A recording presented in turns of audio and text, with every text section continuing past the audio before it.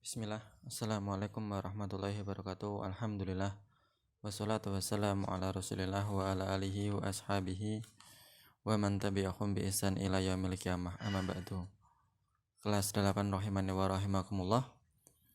Sampai kita di akhir dari perjalanan hidup Khalifah yang agung Harun ar-Rasyid rahimahumullah, yang mana pada saat itu Daulah Abbasiyah atau negeri kaum muslimin secara umum itu diliputi dengan kesejahteraan.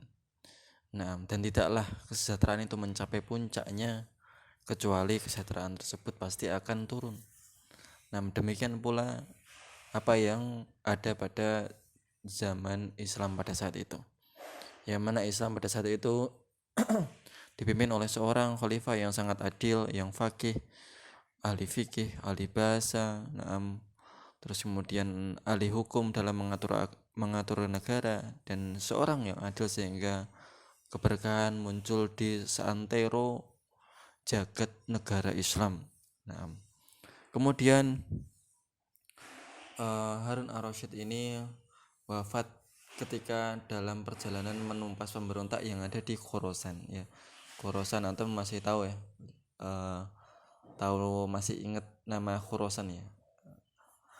Itu siapa? Orang yang pertama kali memberikan kekalahan terhadap Daulah Umayyah yang bernama Abu Muslim al-Khurasani, yang dia tidak diketahui asal-usulnya dan dia termasuk orator ulungnya.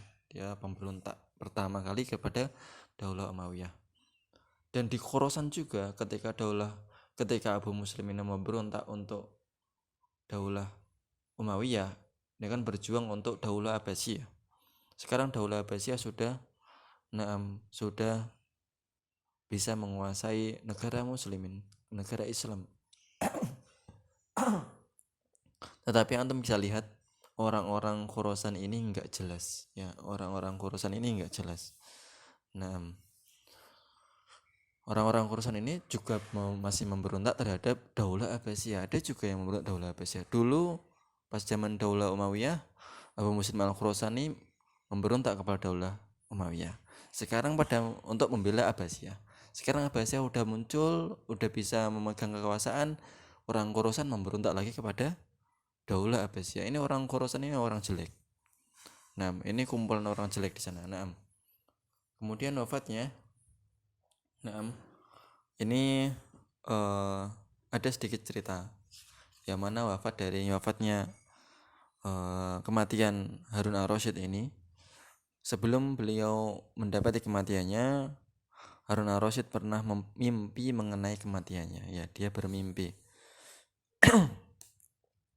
Dalam mimpinya, Harun ar-Rasyid melihat telapak tangannya berisi tanah yang berwarna merah. Terus kemudian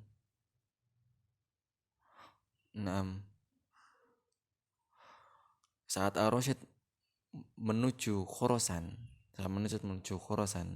dia melewati daerah yang bernama Tus, ya. Entah ini bacanya Tous atau Tus, ya, di sana. Dan qadarullah, Harun ar-Rasyid ini jatuh sakit di sana. Dia sakit di sana. Lantas dia berkata kepada salah seorang bawahannya, ya, tolong ambilkan tanah daerah ini. Saya mau lihat tanah daerah ini.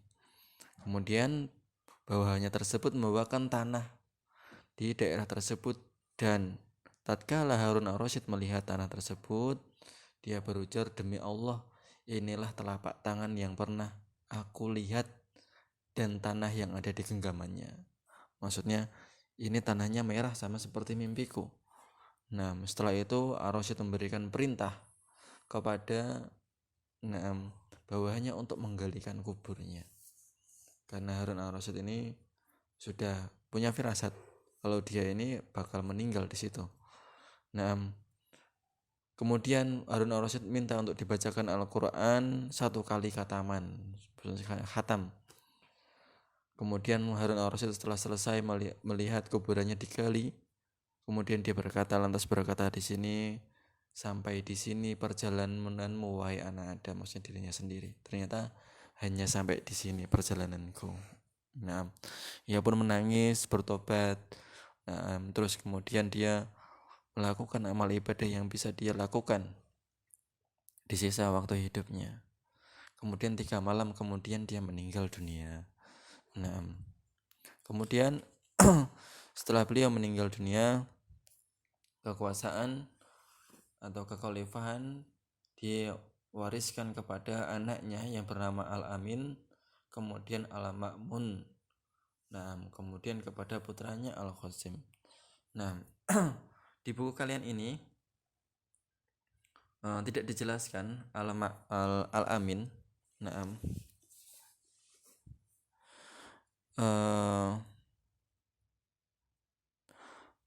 sebenarnya di sini kenapa kok tidak dijelaskan, karena di sini banyak konflik ya di kekhalifahan Al-Amin ini.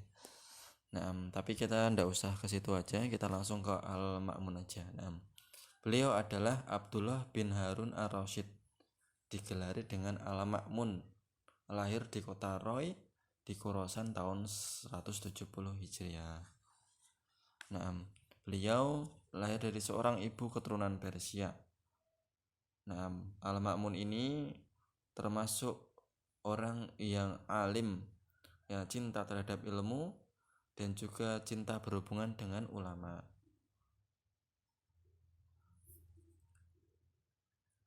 Kemudian beliau dibaiat di khalifah dan menjadi khalifah di Khorasan tahun 198 Hijriah. Setelah saudaranya Al-Amin terbunuh di tangan tentara Al-Ma'mun. Jadi di sini ada konflik sebenarnya antara Al-Ma'mun dan juga Al-Amin.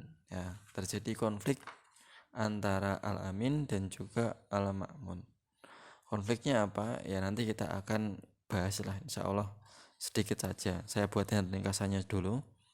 Nah, kita saat ini kita fokus ke Al-Ma'mun dulu aja. Kemudian beliau tinggal di Khorasan, kemudian pindah ke Baghdad.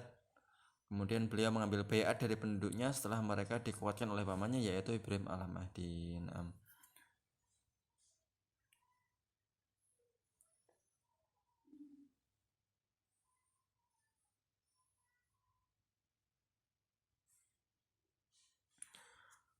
Kemudian peradaban yang cemerlang di masa Al-Ma'mun ya. Masa Al-Ma'mun dianggap sebagai masa keemasan dalam peradaban Islam. Al-Ma'mun memiliki peranan yang besar pada masalah ilmu pengetahuan. Nah, beliau memberi semangat kepada para ulama dari sastrawan dan mencurahkan kasih fasilitas semuanya. Kemudian menyemangati penerjemah. Kan Islam sudah tersebar ke Syam, ke daerah Persia, ke daerah Romawi. Nah, manuskrip-manuskrip yang ada di sana itu, ilmu-ilmu yang ada di sana diterjemahkan oleh pada masa Al-Ma'mun ini. Jadi Al-Ma'mun ini sangat perhatian terhadap ilmu yang ada di sana. Kemudian Al-Ma'mun ini melengkapi pengetahuan yang ada di Baitul Hikmah, yaitu ini adalah perpustakaan negara yang di kota Baghdad, yang mana ini ya salah satu perpustakaan terbesar di dunia pada saat itu. Dan di sanalah terdapat bertemunya lembaga-lembaga ilmiah, perpustakaan yang mengumpulkan naskah-naskah kitab dan menjadi tempat penerjemahan bahasa Yunani dan Persia ke dalam bahasa Arab.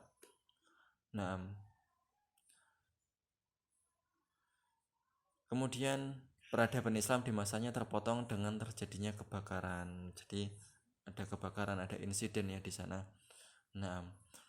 Baitul Hikmah ini terus kemudian masih menyisakan bertambah besar lagi, tapi akan hancur oleh kedatangan bangsa Mongol ya.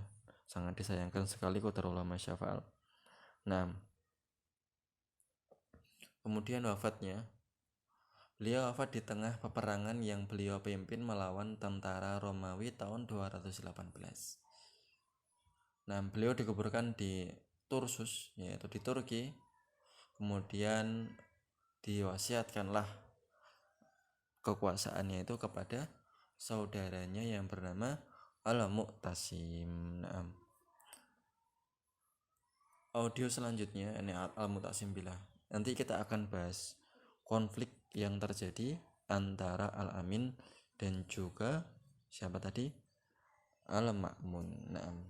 Aku qouli hada. Assalamualaikum warahmatullahi wabarakatuh.